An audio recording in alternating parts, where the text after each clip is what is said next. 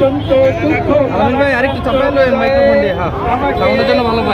এই শীতের সন্ধ্যায় আপনাদের সামনে উপস্থিত হতে হয়েছে। কেন উপস্থিত হতে হয়েছে? কেন?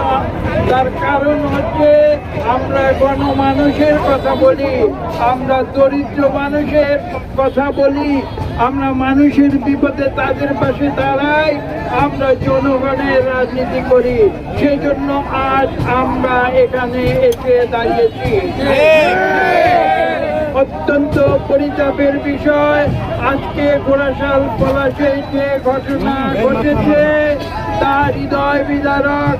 এবং আজকে এই দেশের মানুষ চিন্তা করবে যে আমরা একটি স্বৈরাচারকে বিদায় দিয়েছিলাম, কি কারণে?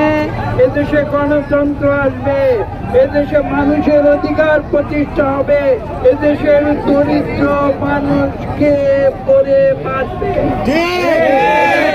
সঙ্গে বলতে হয় আজকে এই সরকারের BIWT এর ভিতরে থাকা আওয়ামী লীগের তারা আজকে এখানে এসে ঘোড়াশাল পলাশে নিরীহ দরিদ্র মানুষের উপরে জুলুম অত্যাচার করেছে, যেটা স্বৈরাচারী সরকারের কর্মকাণ্ডকে লজ্জা দেয়। আজকে বলতে বাধ্য হচ্ছি এই BIWT বিগত 15 বছর যাবৎ বাংলাদেশের জলাভূমি নদী থেকে হাজার হাজার কোটি টাকার বালু লুটপাট করে দুর্নীতি করেছে এই BIWT। আজকে ঘোড়াশাল পলাশে এসে যারা আইন দেখাতে চায়, কিসের আইন? দরিদ্র মানুষকে শোষণ করা কি কোনো গণতান্ত্রিক দেশের আইন হতে পারে না? আজকে এখানে কি করেছে তারা? দুর্নীতি করেছে। এটা আজকে স্পষ্ট হয়ে গিয়েছে যে স্বৈরাচারী সরকারের বিদায়ের সঙ্গে সঙ্গে তাদের যে দোসর, তাদের যে প্রেতাত্মা, যারা দুর্নীতির মাধ্যমে মানুষের কাছ থেকে ঘুষ খেয়ে যারা দুর্নীতি করেছে, অন্যায় করেছে, আইনের বিরুদ্ধে কাজ করেছে, তারা আজকে ঘোড়াশাল পলাশে এসে এখানে নিরীহ মানুষের কাছে ঘুষ না পেয়ে তারা তাদেরকে অন্যায়ভাবে উচ্ছেদ করেছে।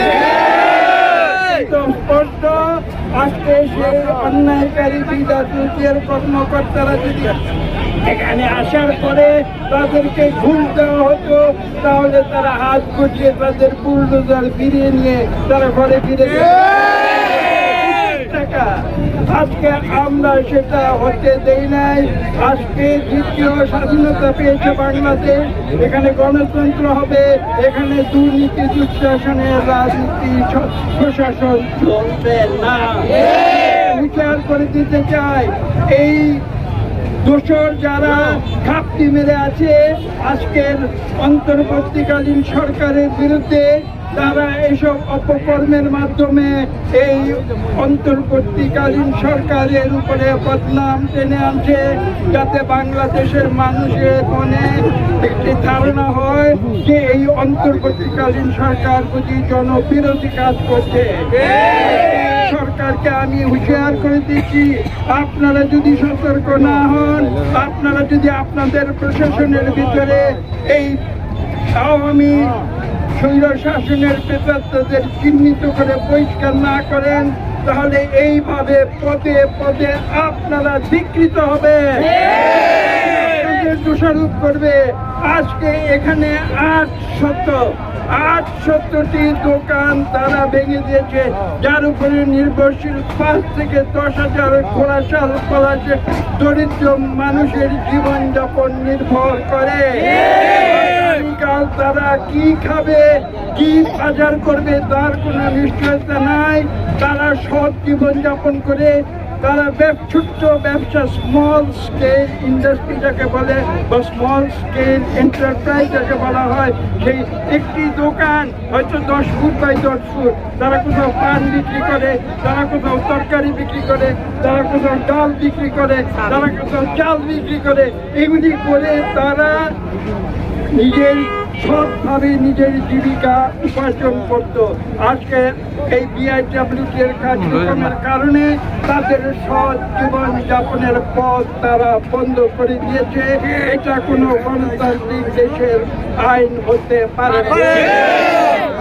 আজকে আমি এর তীব্র প্রতিবাদ জানাচ্ছি। এই ব্যবস্থা নিতে এখানকার জেলা প্রশাসন এবং এখানে যে উপজেলা প্রশাসন, এই উভয় প্রশাসনকে বাইপাস করে ঢাকা থেকে দুর্নীতিবাজ কর্মকর্তারা এসে এখানে এই অপকর্ম সেরে গিয়েছে, যাতে এই তত্ত্বাবধায়ক অন্তর্বর্তীকালীন সরকারের বদনাম হয়। এটা কোনো সরল বিশ্বাসের কাজ নয়। আজকে তারা আইন দেখাতে এসেছে। আমি প্রশ্ন করছি, বিগত 15 বছরের স্বৈরাচারী আওয়ামী সরকারের আমাদের এই আইন কোথায় ছিল? তারা তখন কেন আইন দেখায় নাই? এই সরকারের প্রতি বিআইডব্লিউটি এর প্রতি করতে চায়।